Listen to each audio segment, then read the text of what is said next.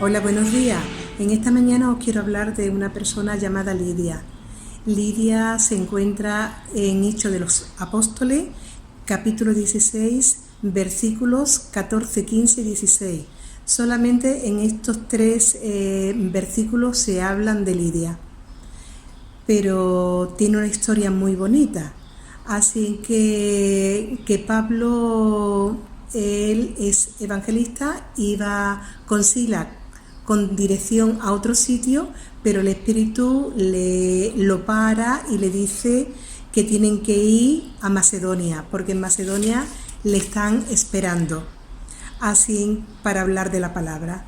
Así que bueno, Pablo pues se dirige lo que es en sí a Macedonia, y cuando llega a Macedonia hay un hombre macedonio que le dice que tienen que ir a la ciudad de Filipo.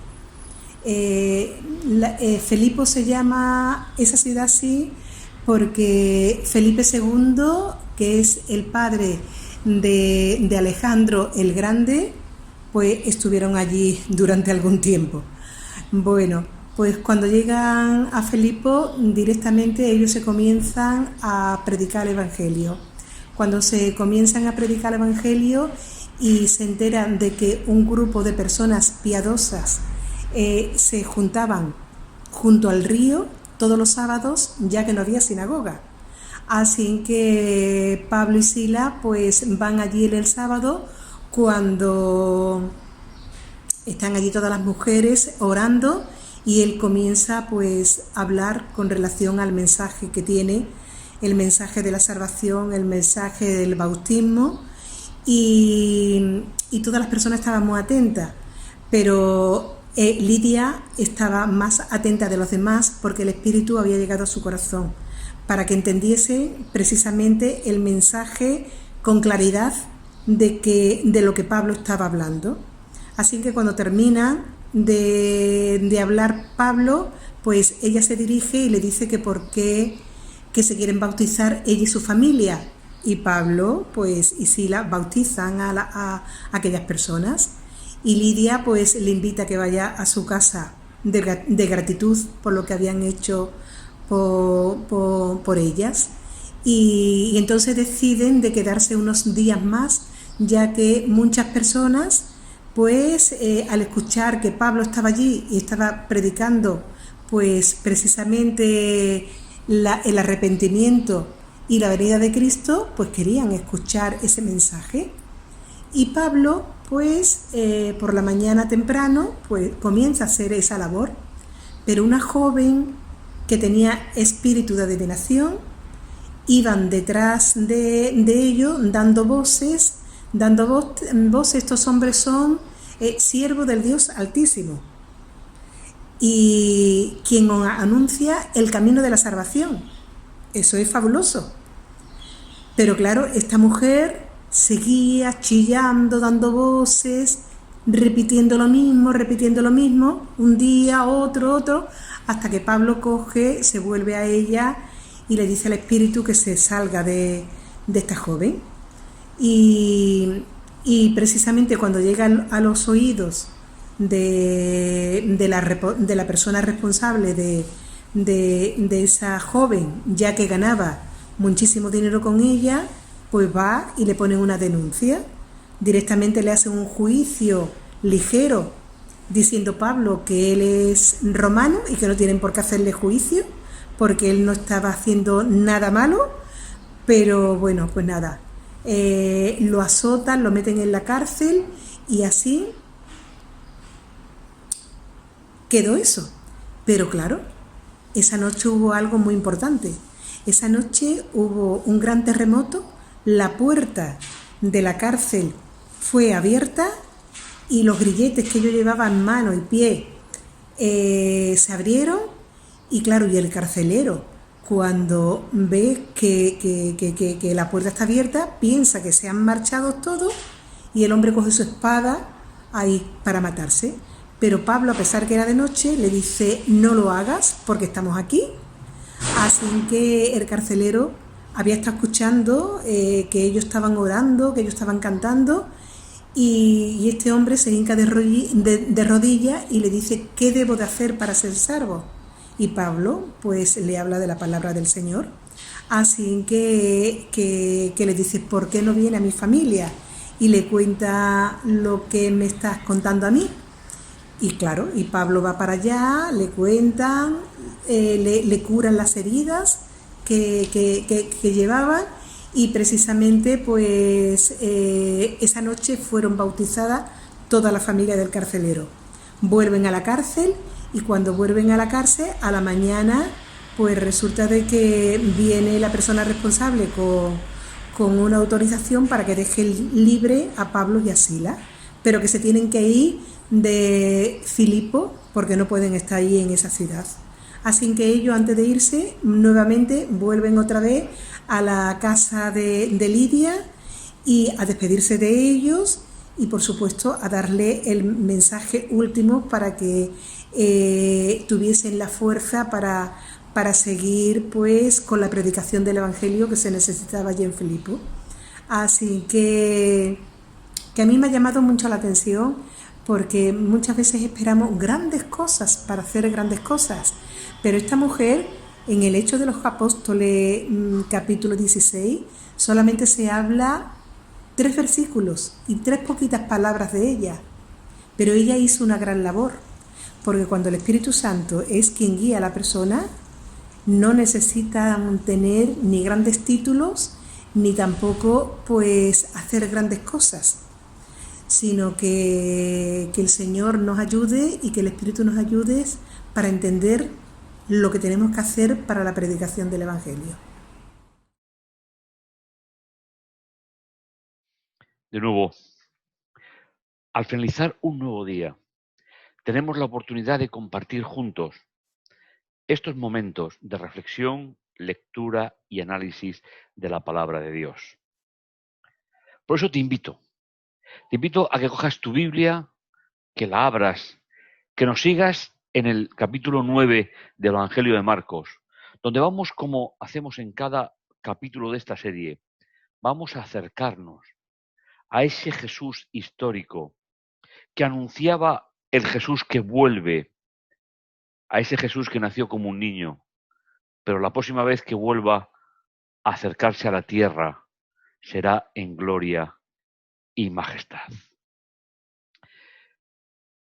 Los temas que tenemos para el día de hoy son el segundo anuncio de su muerte que encontramos en 2 pequeñas secciones del capítulo 9, en los versículos del 30 hasta el 37. Esas 2 primeras partes tienen un título que nos va a ayudar a comprender mejor cuál es el objetivo de Jesús en esta parte del Evangelio. Segunda predicción de su muerte, ya anteriormente habíamos visto la primera, y una pregunta que les hace a sus discípulos después de esta declaración: ¿quién es el mayor en el reino de los cielos? Vamos a entrar a esa primera parte en la cual Jesús anuncia su muerte. Dice, se marcharon de allí justamente de cuando se saca pues a Satanás del cuerpo de un niño, tal y como hemos estado viendo. Se marcharon de allí y atravesaron Galilea sin pararse o detenerse en ningún lugar, no queriendo que nadie detectara su presencia. De nuevo Jesús sigue planteando la necesidad de resguardar su intimidad, de resguardar el proceso de su ministerio para que no fuese alterado en ninguno de sus momentos. Porque iba instruyendo a sus discípulos, es decir, iba como maestro enseñándoles, dándoles las perspectivas que todavía ellos necesitaban sobre la fe. Recordamos que en el episodio anterior veíamos la dificultad que tuvieron los discípulos de hacer la sanación simplemente porque Jesús les había instruido que para sanar, que para poder entrar en la vida del ser humano, este tiene que abrirte su corazón para que podamos actuar. a este hombre, refiriéndose a él, al Hijo del Hombre, lo van a entregar en manos de los seres humanos y lo matarán. Pero después que lo maten, a los 3 días, resucitará. Esta segunda declaración nos entra dentro de los objetivos fundamentales del ministerio de Jesús. Jesús vino no solo a tener una vida impecable, una vida relacionada con los objetivos de nuestra existencia en cada caso, sino que también vino a resolver el problema del pecado. El problema del pecado que Jesús resolvió como víctima en el altar del santuario celestial, la cruz, que permite que nuestro pecado, nuestra situación personal, podamos sumarla a ese proyecto de Dios para nosotros. Y terminamos esta pequeña sección. Ellos seguían sin entender sus palabras y les daba recelo preguntar por no quedar mal ante Jesús. La segunda de las secciones, los versículos del 33 al 37, Jesús les va a plantear, dada la desconfianza de ellos, Jesús les va a plantear una cuestión importante. Llegaron de nuevo a Cafarnaúm, es una zona que ya hemos visto en los relatos anteriores, y una vez en casa, en el momento más íntimo entre Jesús y sus discípulos, juntamente con los familiares que allí estaban, Jesús les dice: ¿qué estabais discutiendo por el camino? Jesús lo sabía, pero como casi todas las preguntas que aparecen en la Biblia, tanto en boca de Dios como en el Dios hecho carne, no son preguntas que se hacen porque Dios no sepa la respuesta, sino porque el ser humano tiene que definirse dando una respuesta a esos interrogantes de Dios. Pero ellos callaban, pues durante el camino, tal y como nos cuenta Marcos, habían estado discutiendo en ese hipotético reino que Jesús les presentaba, quién sería el primer ministro, quién sería el mayor. Sabéis, estas cuestiones se plantean siempre desde la naturaleza humana de cada uno de nosotros.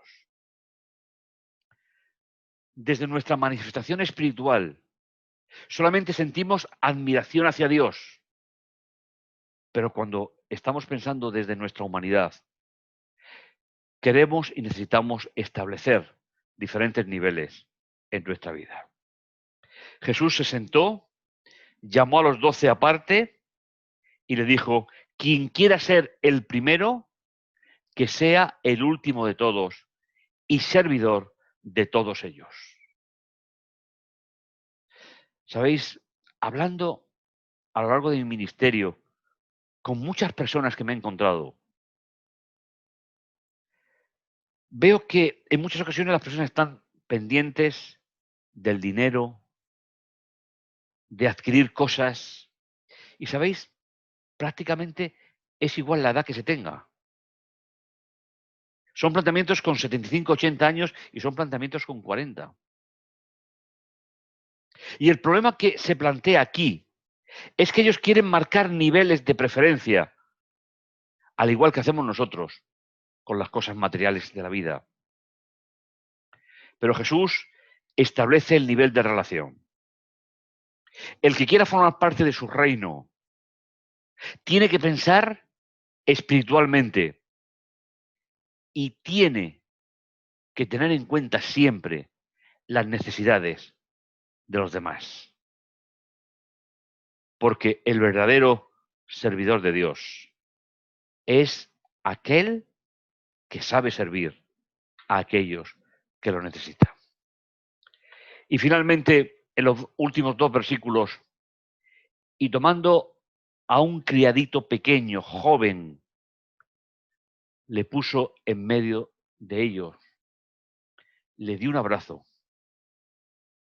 y les comentó: el que acoge a un niño de estos por mi causa, me acoge a mí. El que me acoge a mí no es a mí a quien coge, sino el que me ha enviado. ¿Sabéis? Jesús establece un orden de prioridades en la vida del creyente.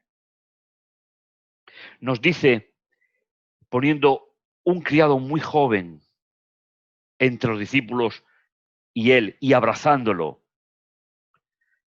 Jesús establece las prioridades en el reino de los cielos. El que se ocupa de un ser humano acoge a Jesús. Y el que acoge a Jesús no solo le acoge a él, sino también está haciendo el plan de Dios en la tierra.